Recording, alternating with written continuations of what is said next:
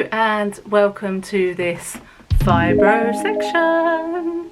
Get me, I'm doing more fibro sections, and there's going to be another one to come as well, because a lot of you have requested that I do a seated yoga video that you can join along with me. That's not one that I've made up, that will be one that I follow off of YouTube. So before anyone thinks I'm a yoga instructor, I'm really not.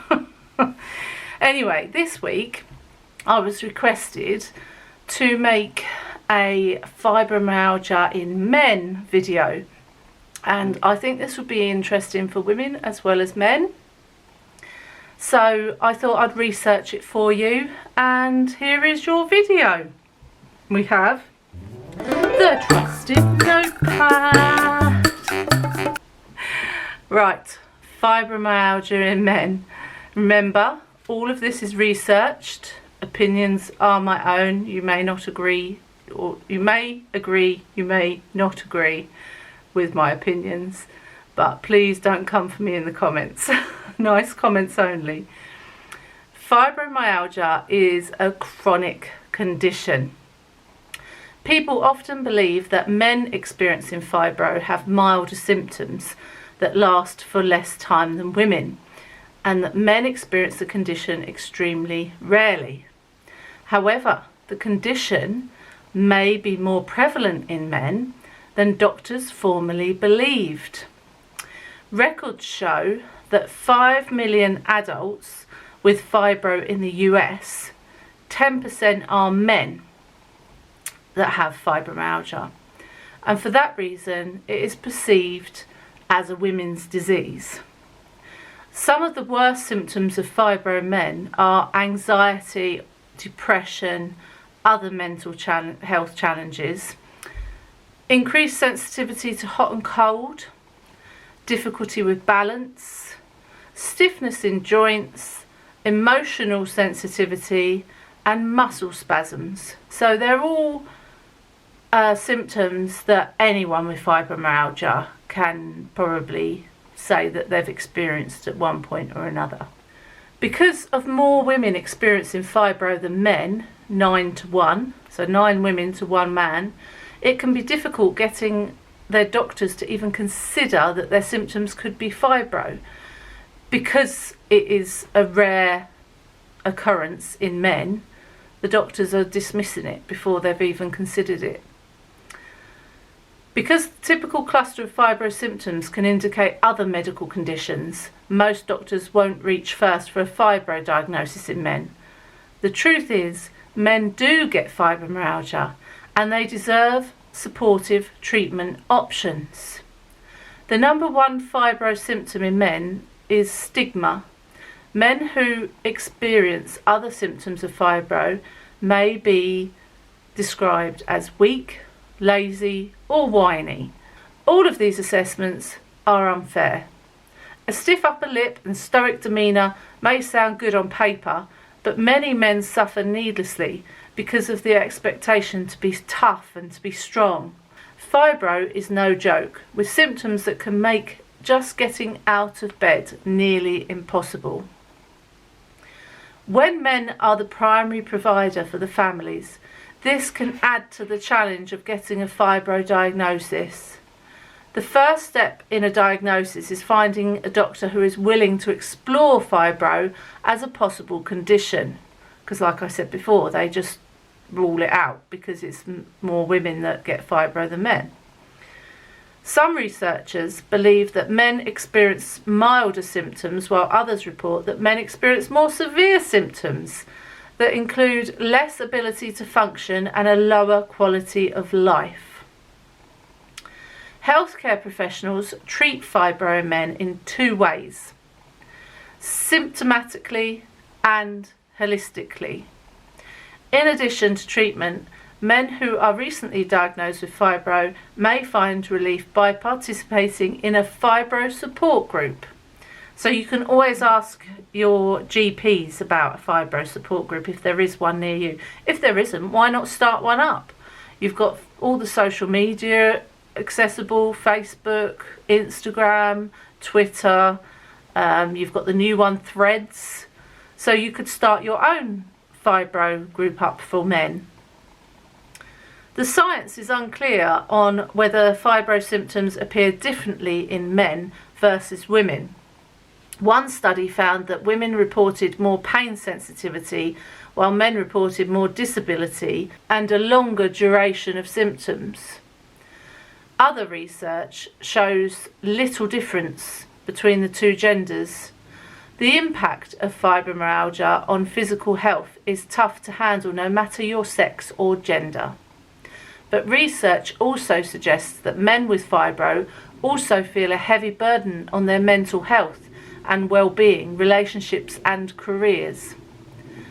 In a nationwide survey that included 800 men with fibro, nearly all said that depression was their top symptom. Now, from my point of view, thinking about the career comment, I had to leave my job, and I was in there for 9 years as a teaching assistant. Loved it, absolutely loved it. But if that was Mark, my husband, who'd come down with the fibromyalgia and had to leave his employment, my wages would not be enough to support our living. I could not be the main breadwinner for the family because my wages were not enough. Even if he got PIP like I do, it wouldn't have been enough. So we'd have had to go for universal credit and all sorts of things. There are ways of doing it. So if you are in that position, my advice would be to phone Citizens Advice, because they can advise you on what support you can get from where. But very hard, and you can understand how that then affects your mental health. More than half, 54%, reported negative impacts on relationships, with both family and friends saying that while those close to them usually try to be supportive, often at times they would not understand the condition and its effects. So that can again be male or female, where you don't get the support from loved ones, and it's very, very hard.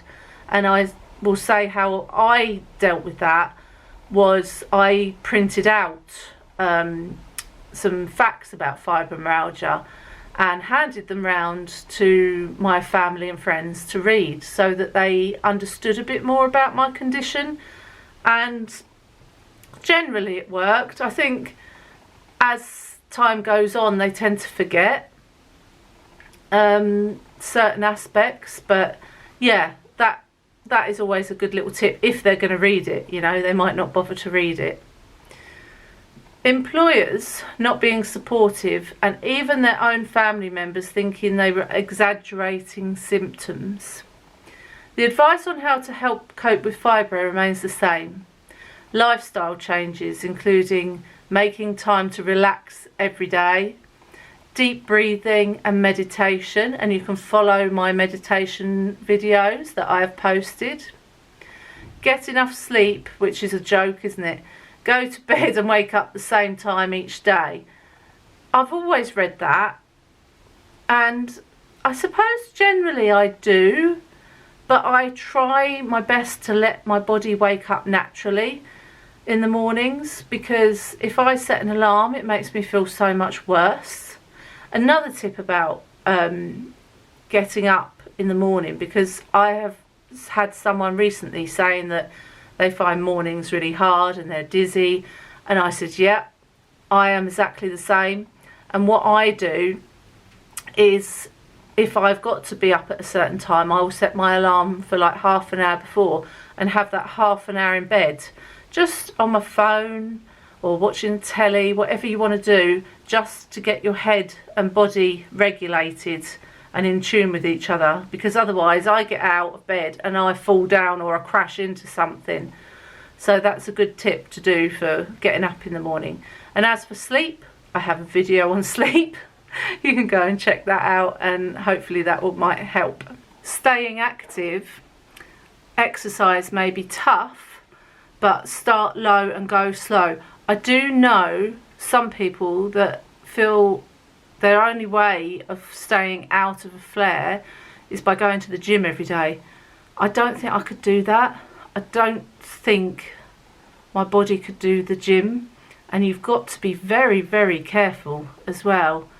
So my advice would be to ask your GP, your rheumatologist, the pain clinic, wherever you're referred to, what exercise they recommend. Swimming is a really good one because it's gentle on the body, but when I used to go swimming, I found the getting dressed and undressed bit was the hardest, and by the time I'd done all that, I was absolutely exhausted and spent for the rest of the day. So the exercises I do, I tend to follow some TikTok short 3-minute easy workouts, like in the mornings when I'm up to it, not when I'm not feeling good, but when I'm up to it. And seated yoga's a really good one. Gentle exercise, walking is good if you can do that. But definitely start low, go slow. Walking, stretching, swimming, I've said all that. So stretching is also really important. I've got videos on stretching too, so you can go and check them out. I'll try and link them all in the description for you. Know your limits. Be kind to yourself.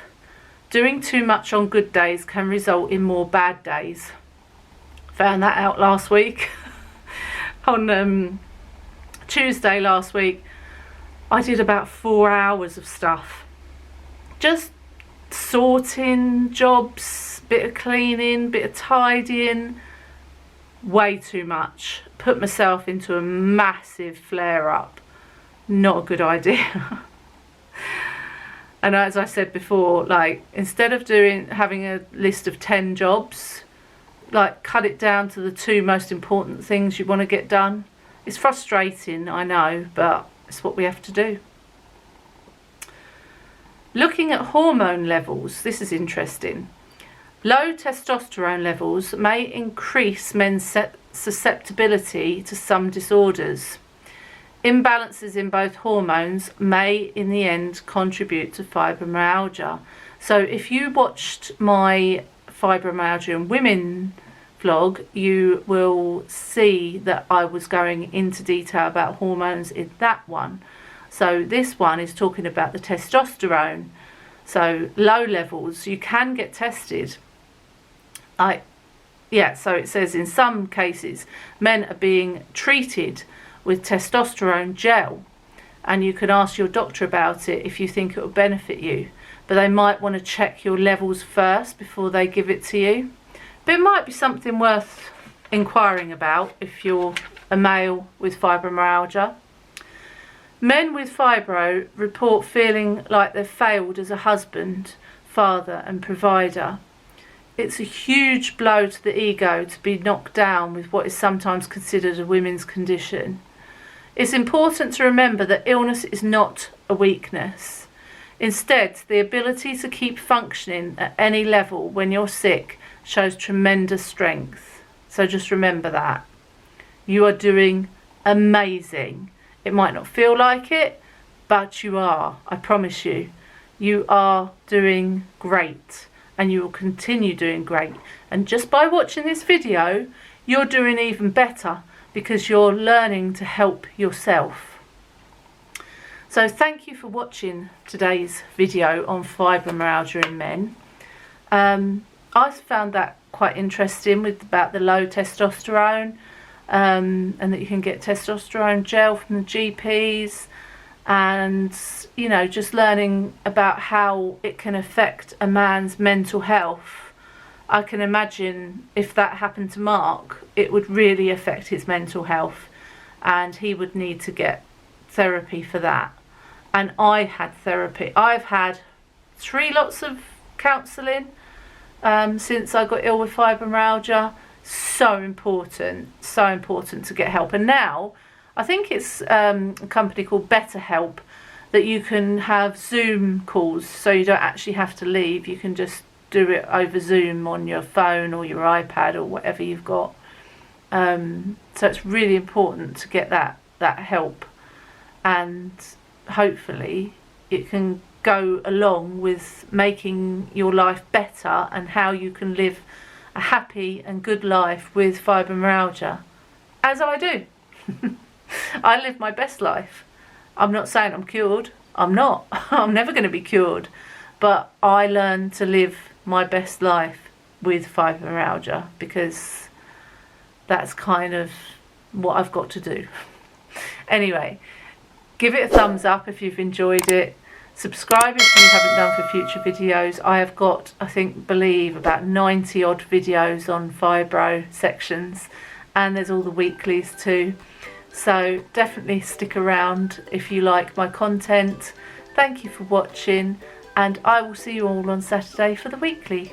Take care. Bye.